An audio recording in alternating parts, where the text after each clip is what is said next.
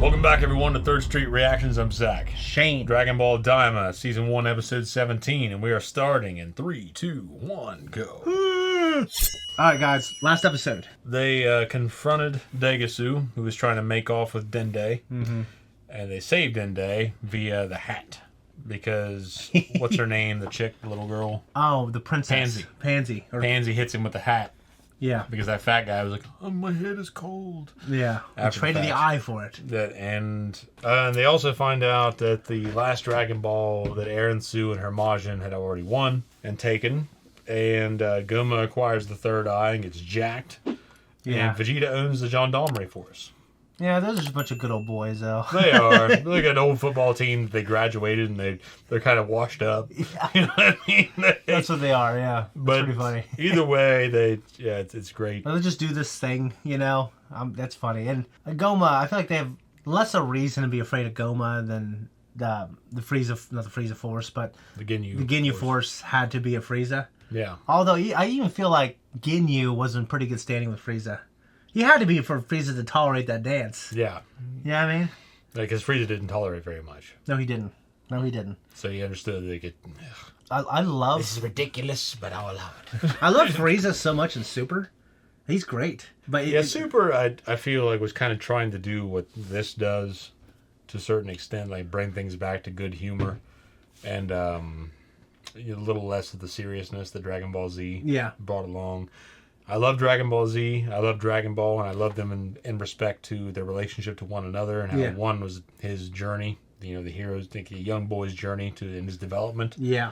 To the point where the serious issues occur as he's gotten older, and revelations are made, and he's like Superman. Yeah, and there's a serious aspect to that. And then Super, I feel like Toriyama, as he got older, he wanted to bring back to the fun. Yeah.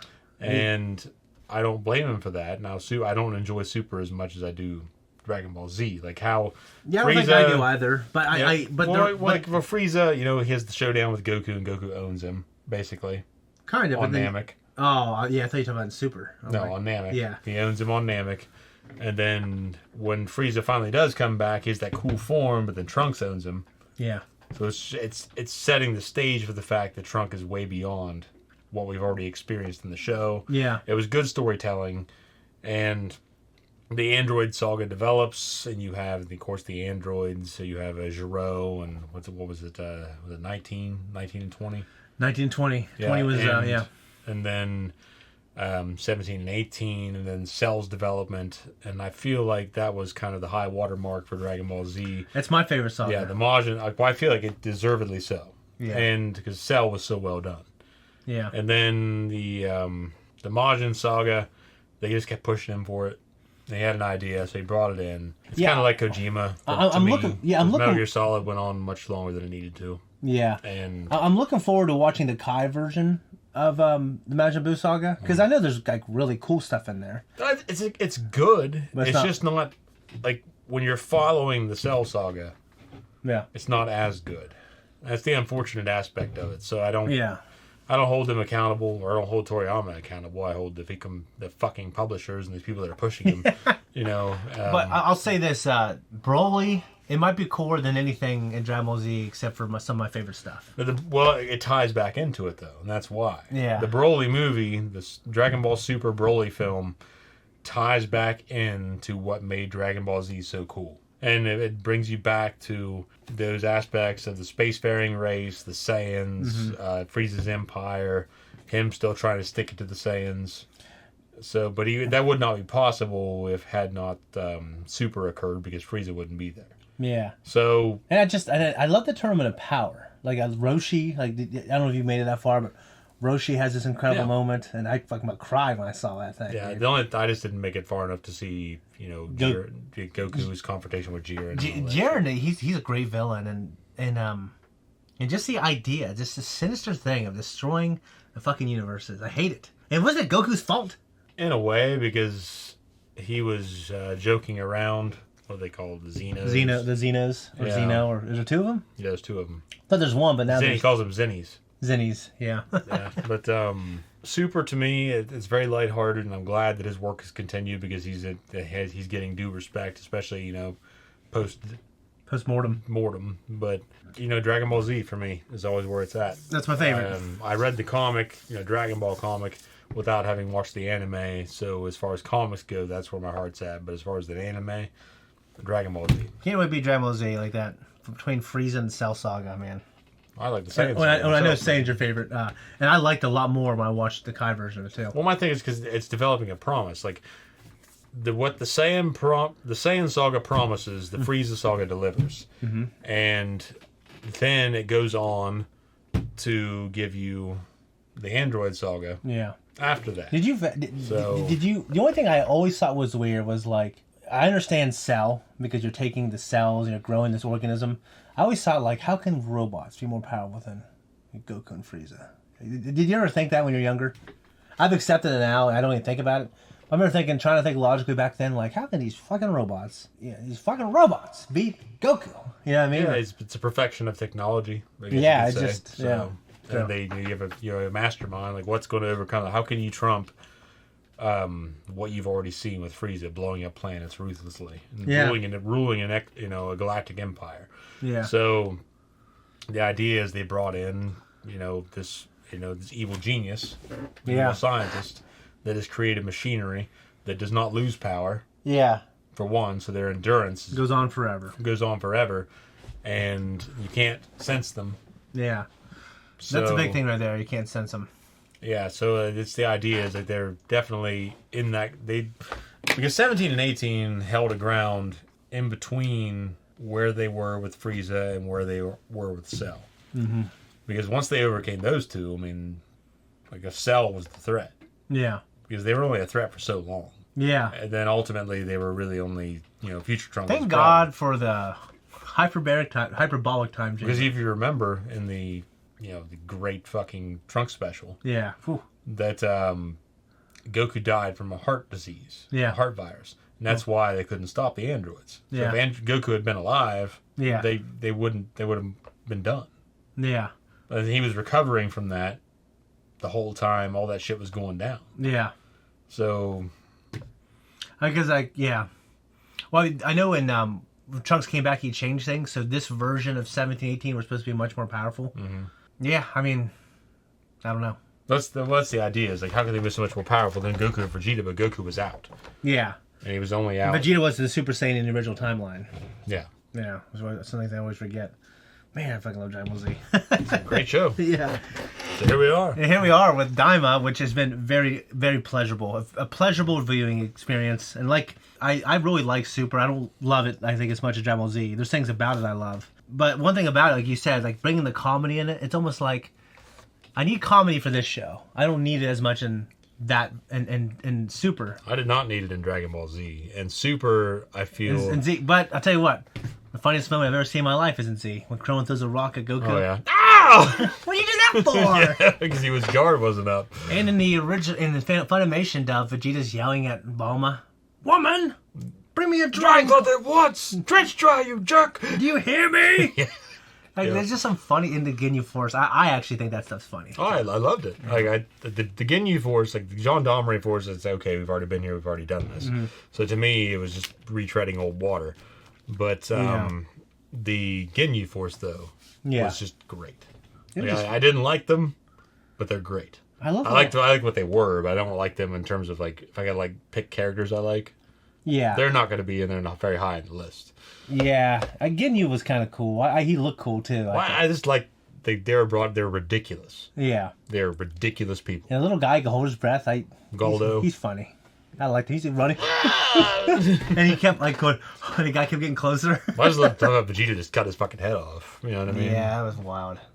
Yeah, I just love when they teamed up with Gohan and Piccolo. It was cool. Yeah, when he was going out when they were going around killing all the Namekians, and obviously Vegeta did it too. I hated it. Speaking of, I'm still holding out for hope that they bring a version of Lord Slug. They should. Why not? I love that character. I love that movie. Yeah. That's a good one. You know what? That's a good one. I forgot. I watched it with Gus. I haven't seen it in a long time. I thought The Tree of Might was a good movie. I always loved that because I always loved that Turles, that version of Goku. Yeah. Because they just wanted to do a version of Goku in Saiyan armor that was evil. Like if he had gone on to be a Saiyan. Yeah. That's why they did that.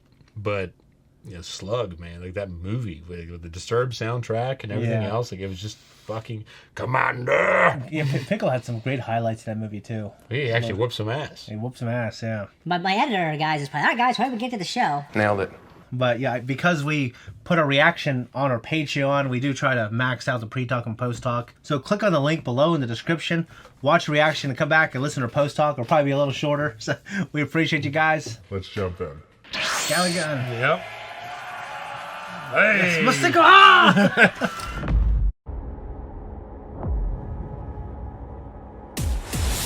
That's great. It's one of the best episodes. Yeah, like I said, the fighting was on par with the Broly movie. I mean, maybe not exactly on par because I like the characters more with Broly and Vegeta and Goku all fighting and all that. But in terms of the shots and the imagery, and the moments, and it was just beautiful, especially when it was Goku, Vegeta, and Piccolo all fighting. Yeah, I'm so glad Piccolo's once. like back in the action. In a meaningful way. Oh yeah.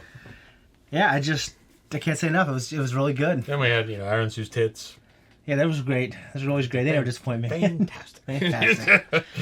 And it was great that she had the Magians come in, and when they come and started helping, they helped Goku, like him and the. Well, it was him and the Tamagami. Tamagami. That was an epic moment for me. Mm-hmm. It was Dew, Mountain Dew, and the Tamagami. Yeah, Ku and Dew. Yeah.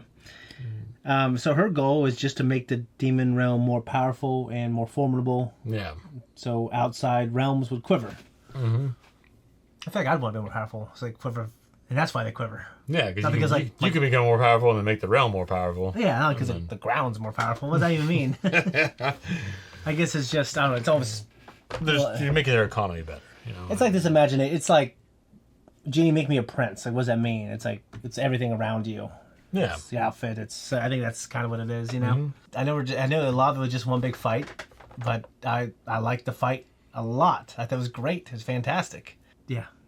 I'm trying. It was a great fucking episode. It was an action-packed episode. It wasn't an episode that was focused as much on the story as much as it was, here's Goma, here's the third eye, here's its power. Yeah. And Goku's not one to ask for help, but he saw the seriousness of the situation. Yeah. And the stakes.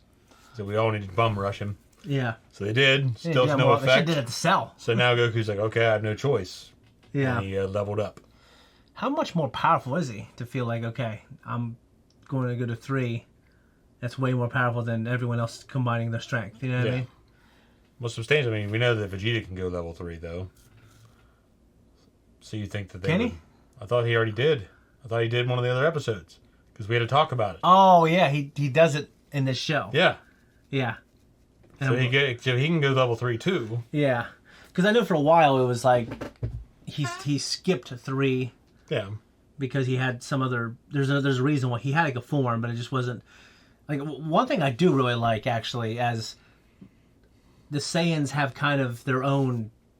Like, when they get to the higher levels, like their transformation becomes more personalized, kind of.